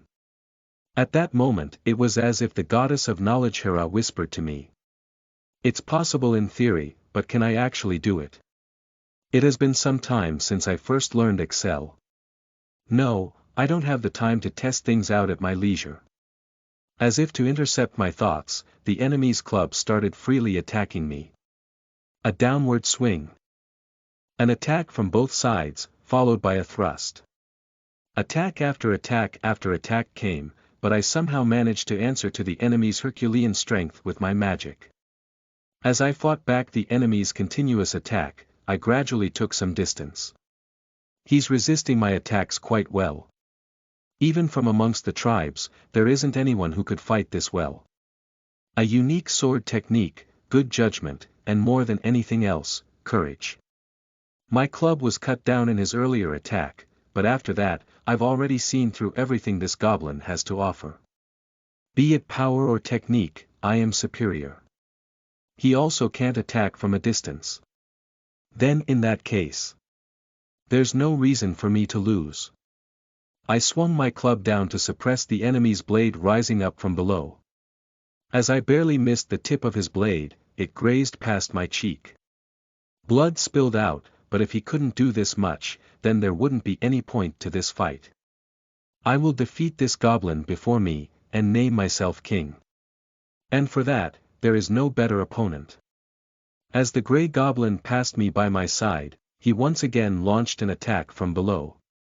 Don't think the same trick will work on me twice. That conceit of yours will cost you your life. Clad me in violence as dignity. Ragilion, as a black light wrapped around my club, the surrounding air constricted. The entirety of that swelling black light met the incoming sword. With this attack, even that great sword of his will be buried along with him. Take it as a present in the afterlife. My life is like a cloud of dust, Excel, you won't escape. I've already grasped your speed. As I felt the sensation of my club hitting him, a smile appeared on my face. But then suddenly, because of the great sword suddenly speeding up, I missed the timing of Ragilion's explosion. I should have had already grasped the speed of his sword. So why? Why did his sword suddenly become faster? Shocked, my eyes unconsciously followed my club, which has been blown away. By the time I noticed it, the goblin was nowhere to be seen. That I messed up. As I felt a shock run through me from the side, my club had already been flicked away. Ragilion blew up behind me, and the resulting shockwave brought me down to my knees. When I immediately looked up, what appeared before me was the goblin's sword thrusted right in front of me. If I could increase my body's speed, then I should also be able to increase my sword's speed. Theoretically speaking, it's possible. After all, Excel is a spell that detonates ether behind one's body to propel one forward. So if the same principle is applied to the sword, then the same effect should be achievable. After I sent back Rashka's attack, I followed up with another attack, and sent his club flying. Immediately after, an explosion blew up behind Rashka. After those two attacks that went better than expected, I had Rashka's neck at the tip of my blade. That giant goblin looked up to me. Just how should I coax this goblin who could easily be amongst the 5 strongest that I've fought? How can I make him my subordinate? I thought of just giving him a speech, but seeing how the resolve to fight still burned within those eyes of his, I doubt that'll have much of an effect. Also, it's only my impression of him after crossing swords, but while his attacks are fierce, he isn't unscrupulous. When we were fighting, he didn't rely on petty tricks, but instead magnificently met my attacks from head on, giving the impression that he's an honest person. You lost. Frustrated, Rashka looked down. Although he had lost, I couldn't sense even the slightest sense of fear from death in him. His body only shook from that frustration. But of course, he wouldn't easily accept his defeat, would he? Or perhaps, he's simply confused after losing for the first time.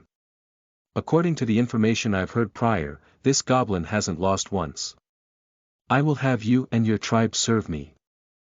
Half dumbfounded, Rashka looked up to me and asked. You don't think I'll betray you? I wryly smiled. Alyahalia is one thing, but why on earth would a traitor go out of his way to confirm that? Is it a tradition of you 4 tribe chiefs to spout things you don't really mean? If you think you can win against me, then feel free to come anytime. The first taste of defeat is a lot heavier than one might think. Especially when that defeat is a one-on-one against a goblin from outside whom you look down on. So before he manages to shake off that shock, I went ahead and drove the nail into the coffin. As doubt and anxiety in himself started to rise, he lost whatever he had left of his spirit. Rather than be thinking of rebelling, I'm sure he's recalling his defeat. And every time he thinks of rebelling, the image of his defeat should flash through his mind, and he would ask, can I win? I don't know what'll happen to the difference in our strength once he shakes off the shock of his first defeat. I might be the weaker one then, who knows? Regardless, I don't have any intentions of confining myself in a small place such as this. What I seek is the ends of the world. So from here on out, I need to become even stronger and bigger. So there's no problem. I will run in pursuit of the world, and Rashka will run in pursuit of my back. As for who will be the stronger, well, isn't that something to look forward to? Besides, it's a king's duty to answer to those who challenge him. Understood. For the time being, I'll follow you. For the time being, huh? I laughed sarcastically at those words. To think a sore loser could be this bad, how amusing. Now as for my subordinates who are now coming over, just how should I persuade the Ganra, I wonder. Level has risen. 10. 15 Author's Note. The sore loser Rashka and the protagonist who wants more people. Will the protagonist be able to make Gilmy consent? Find out in the next chapter of GK. Volume 1, Chapter 66. An arrow in return. You are listening at novelfull.audio. Race. Goblin level. 15 class. Lord, Horde Chief possessed skills. Ruler of the Horde, Insurgent will, Overpowering Howl, Swordsmanship B+, Insatiable Desire, King's Soul, Ruler's Wisdom I, Eyes of the Blue Snake, Dance at Death's Border, Red Snake's Eye, Magic Manipulation, Soul of a Crazed Warrior, Third Impact, the Third Chant, Instinct, Ruler's Wisdom II, Divine Protection. Goddess of the Underworld Attributes. Darkness, Death Subordinate Beasts. High Kobold Hesu, LV1, Gastra, LV20, Cynthia, LV20, Orc King Bui, LV36, are you telling us to forgive the Gaidga who murdered our brethren? Gilmy asked in a voice so low it seemed to come from hell. Right, I replied. Sorry, but I have no intention of changing this. I've already made up my mind. Gilmy exuded an overbearing pressure as he protested, causing the Gaidga goblins huddled together uncomfortably to shake. It would appear that the first amongst the Ganra, the first Archer Gadiata, truly does have something that makes him special. Why? Why would you, madness uncoiled within the eyes of the goblin before me who's longed for nothing but vengeance? There is no denying it, this goblin is definitely amazing. But could it be that even with that knowledge of his equal to that of the druid chief, Gi Za, he is still unable to let go of his anger? Their strength as the vanguard will be necessary in the days to come. But what I seek is the ends of the world, Gilmy. The goblins lined up looked at each other as they broke out into a commotion. Ganra, Parajua, Gaidga, and even my own goblin subordinates. Are you saying our power is not enough? That's not it, but, if I may be allowed to speak. As Gilmy and I were talking, the person himself, Rashka, interjected. You.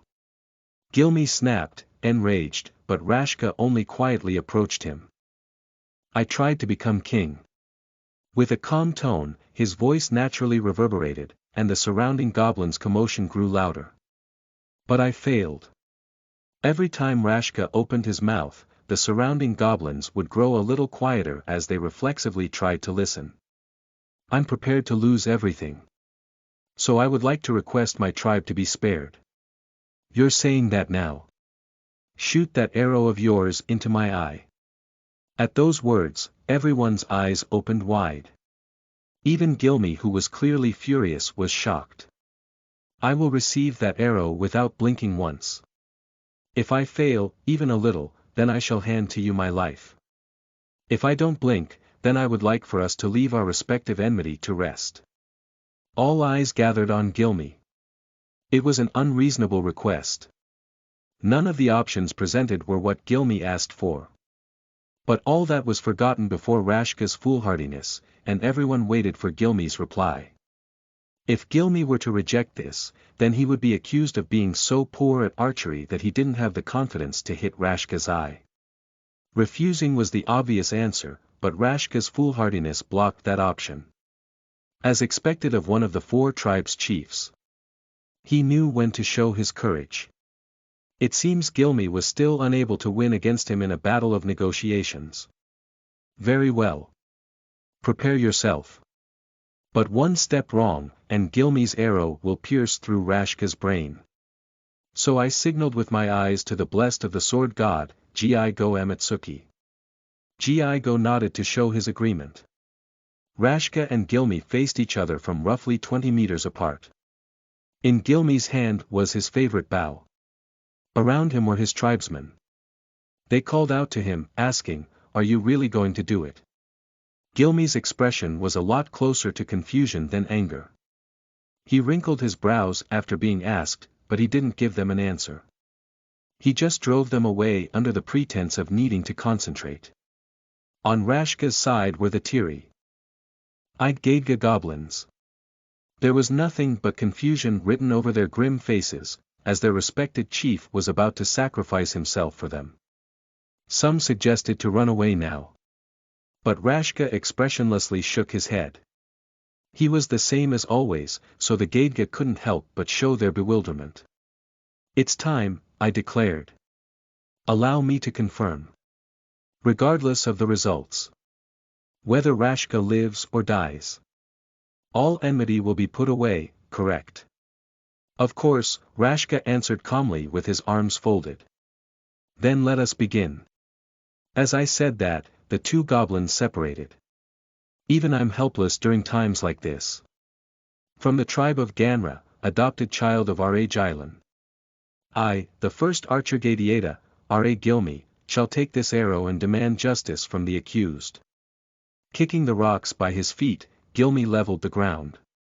He drew his bow to its limits, there was only one aim. The death of his enemy. As he carefully aimed his bow toward Rashka's right eye, his breath was steady, there wasn't the slightest error in his movements.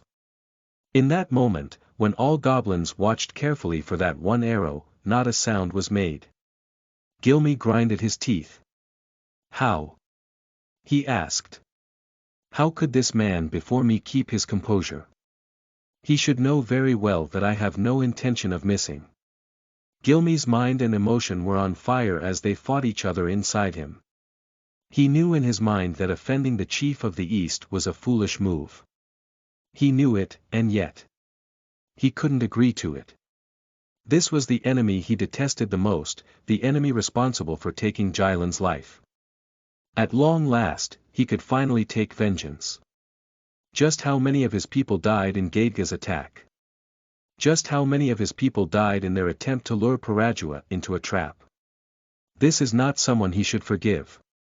This is the enemy who killed his brethren.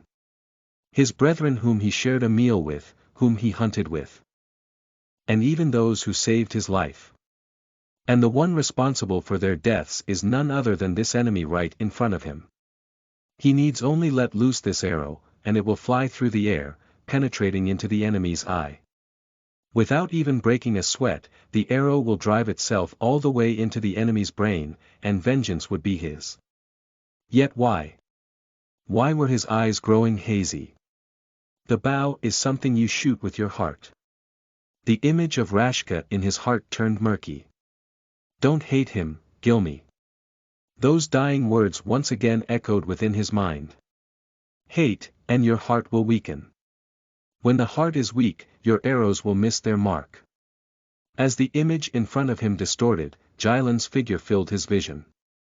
The warmth of that big hand over his head. The devotion he had when he taught him the bow. As the memories filled his head, they touched his heart. Why? Why Master Jylan? Why is it that no matter how much I hate Rashka, his figure only grows murkier? Am I wrong, Master Jylan? Why? Why do I have to remember Master Jylan happily talking with Rashka now of all times? Master Jylan. Master Jylan, I've made my mind, Gilmy whispered as he slowly lowered his bow. Everyone heaved a sigh of relief. Me included, the Gadga goblins included, and even those of Ganra. Rashka, accept this. That was truly an instant. I did not shift my eyes away from the scene before me, but regardless, I couldn't respond. That arrow was just that fast. And that very arrow pierced itself into Rashka's right eye. But what was really surprising was that Rashka didn't blink. Did I blink?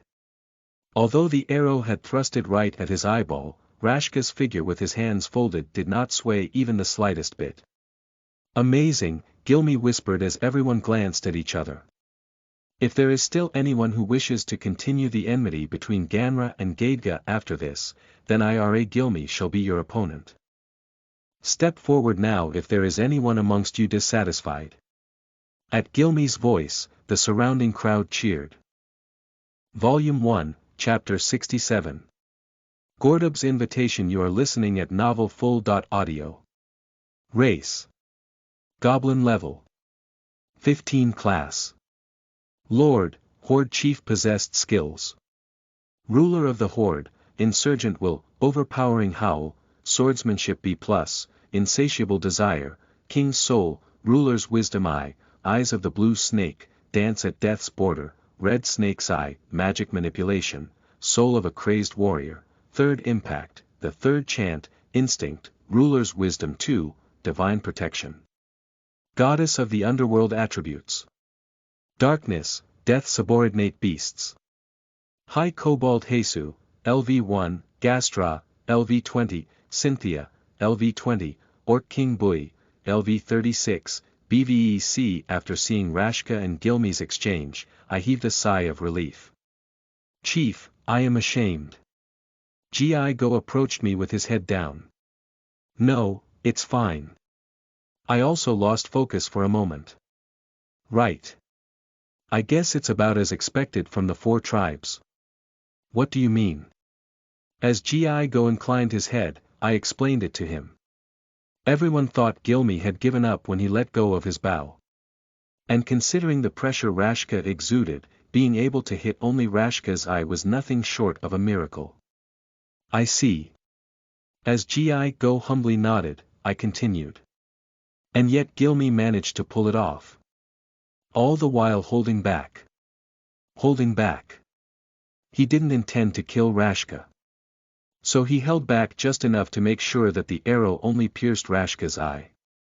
Impossible, we normal goblins who couldn't even use bows understand very well just how abnormal that was. If Gilmy felt like it, he could have easily killed Rashka. And Rashka as well.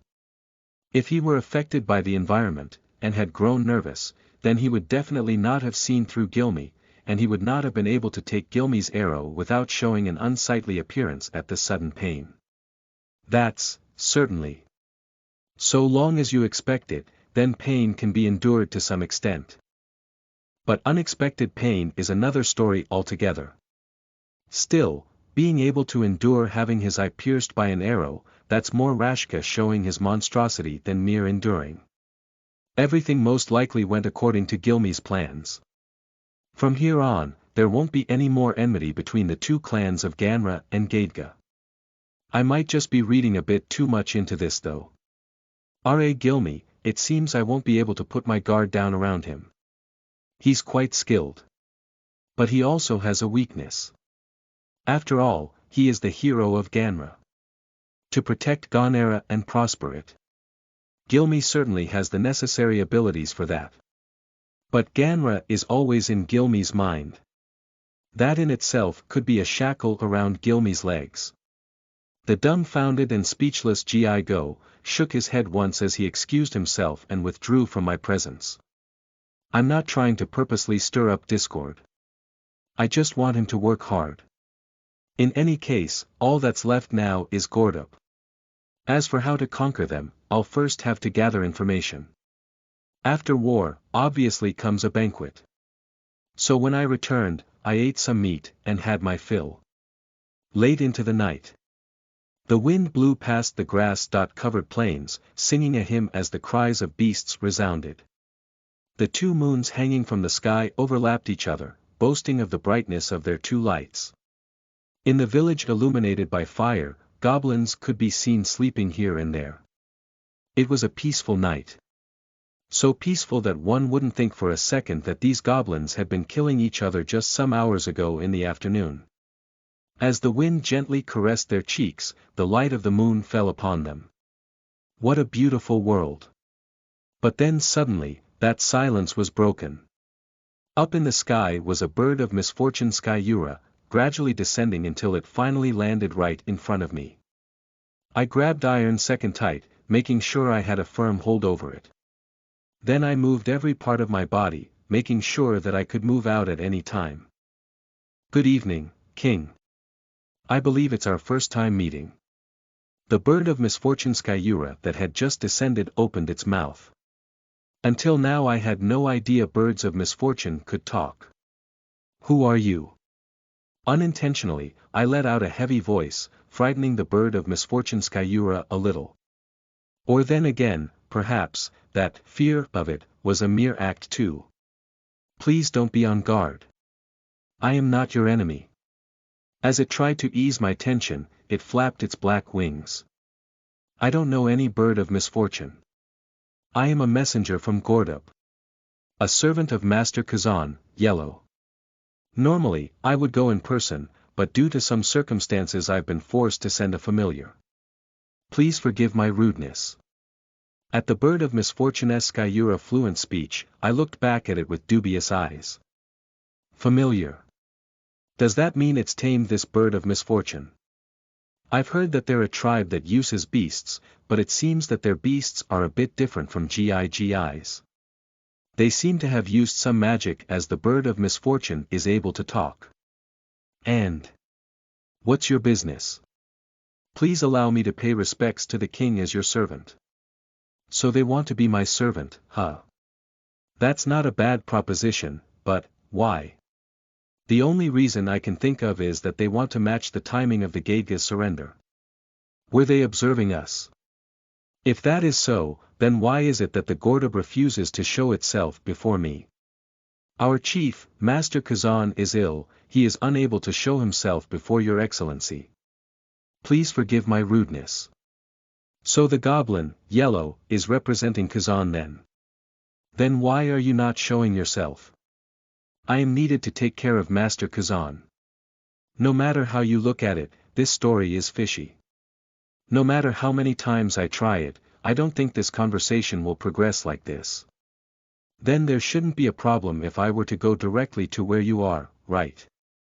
Oh. By all means. Is this a trap? I need to gather information about Kazan. Depending on the situation, I might have to attack them. I need to make preparations. In a few days, I'll head for Gordub's village. What wonderful news. Then, I shall take my leave. With a start, the Skyura's body suddenly started shaking, then it fell over and fainted. The Skyura was already dead. Necromancy, huh? Is that a technique from the other side of the gates of Hades? Or is it from something else? Gordub, you've roused my interest a bit. Outside the Forest of Darkness, northeast of it, are the lands ruled by King Ashtal. In the territory to the west, granted by the king, alone, Old Man exited his carriage toward the mansion of the feudal lord that ruled over the territory that governed the boundary of the Forest of Darkness. With a dignified face and a straight back, anyone could think him a butler if not for the sharpness hidden in his gaze or that clear martial aura wrapped around his body. With his white mustache and his combed-down hair that were almost silver in color, an overbearing pressure firmly exuded into the surroundings. But what was most eye-catching of all was that iconic iron hand of his which showed who he was. The iron arm of the Holy Knights, Goen, the oldest of the strongest soldiers of this kingdom, the Holy Knights. He had gone here to personally check the soldiers under his territory. As for why, that was because of the order he had received a few days ago. Take the Saint of Zenobia back alive. In other words, rescue the captive maiden from the Forest of Darkness. The sort of troublesome order that a minstrel might sing tales of. Welcome home, my lord. How are things progressing? Just as you've requested, I'm gathering able-bodied men who should be able to meet your demands. All men are expected to be gathered in 10 days' time. Have them come sooner. I'll take a look at them once they've all arrived. Until then continue preparing the supplies. Very well, my lord. After the 3 holy knights received the king's orders, Goen suggested to split the work. After all, there was no way they would be able to work together. If anything, they'd just try to kill each other in their sleep the moment they entered the forest. The strongest of the kingdoms certainly sounds nice, but they are too individualistic, so it's hard to make them listen. So instead of trying to fight a feudal battle, it's much easier to just compete with each other. The scope they have to search is simply far too big. It's not the sort that the three of them could deal with by themselves. So instead it'd be best for them to use others to help them. Besides, there shouldn't be any powerful beasts with nests near the region. There's no need to rush, but I can't fall behind. As a veteran of the Holy Knights, who has aided the kingdom much, there was no reason for him to go out of his way to compete for achievements. So what he needed to do was to show that he could use those two well. The various stores lined up in the town around the castle were packed with people. It was remarkable how distant the chaotic rabble was from the castle in which the king lived as they haggled for weapons, armors, miscellaneous goods, magic books, and various other things. Amongst that crowd was a muscular, young man, walking, dressed in an armor filled out by his brawny stature. He had an amazing jaw that looked like it could crush even metal itself. As his arrogant gaze darted left and right, ambition could be seen burning brilliantly in that pair of ferocious blue eyes of his. In fact, even his shortly cut hair stood in opposition to the heavens. That man stopped before a single store. If a man who could read the continent's common character were to see the characters drawn on the signboard, he would definitely be shocked. Because below that wooden signboard that had been deformed by sword and magic were the characters, Adventurers Guild. Anyone here? Oh. If it isn't Golan. At the store owner's voice, almost everyone in the shop turned their heads. Golan Reifneen. Also known as the Storm Knight, a brave warrior whose famed name was known even in the surrounding kingdoms. What's up? Did you get fired? The man enclosed in several tables, who seemed to be a veteran, frivolously talked. But Golan only showed a fierce smile in response. Nah, this time I'll be doing something a bit more heroic. Hero. You sure you don't mean thief? The store burst laughing. As the word adventurer implies, adventurers were people who ventured into the unknown. And naturally, any treasures they found along the way would belong to them. They also took quests, but that's a matter that the guild handled.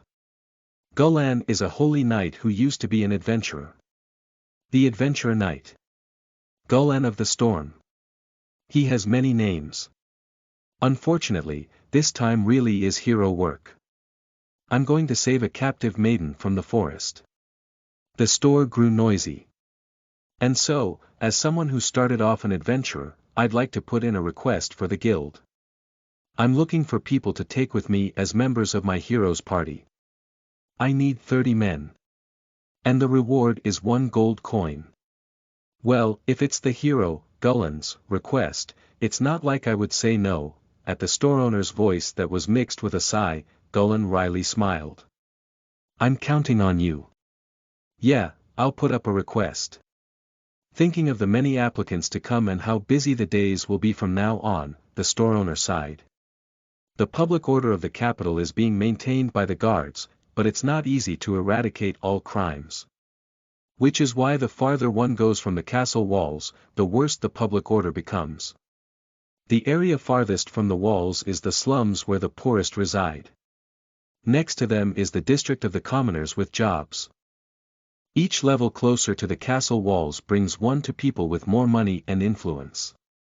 And in that capital where a boundary exists between the commoners' district and the merchants' district is a certain place belonging to a group of merchants with a particularly unique atmosphere. What these merchants handled were none other than humans, demi-humans, and elves. With the title slave as their shackles, even these people's lives were already considered as goods. They were sold for labor, for war, and even for entertainment as toys. Jean Marlin came here to this store that dealt with slavery. Normally, he would send his servants, but this time around, he went out of his way to go here himself as he needed to see the goods himself. He was a long-haired man dressed in an armor of red. With his pair of dazzling golden eyes, he was beautiful to the point that he was often mistaken for a girl. His slender body and pale skin that seemed to have never seen the light day made him even more like a woman, but that sarcastic smile of his and those long slits he had for eyes that looked down on everything, failed to hide the scorn in his heart. What he needs are slaves that could search the forest.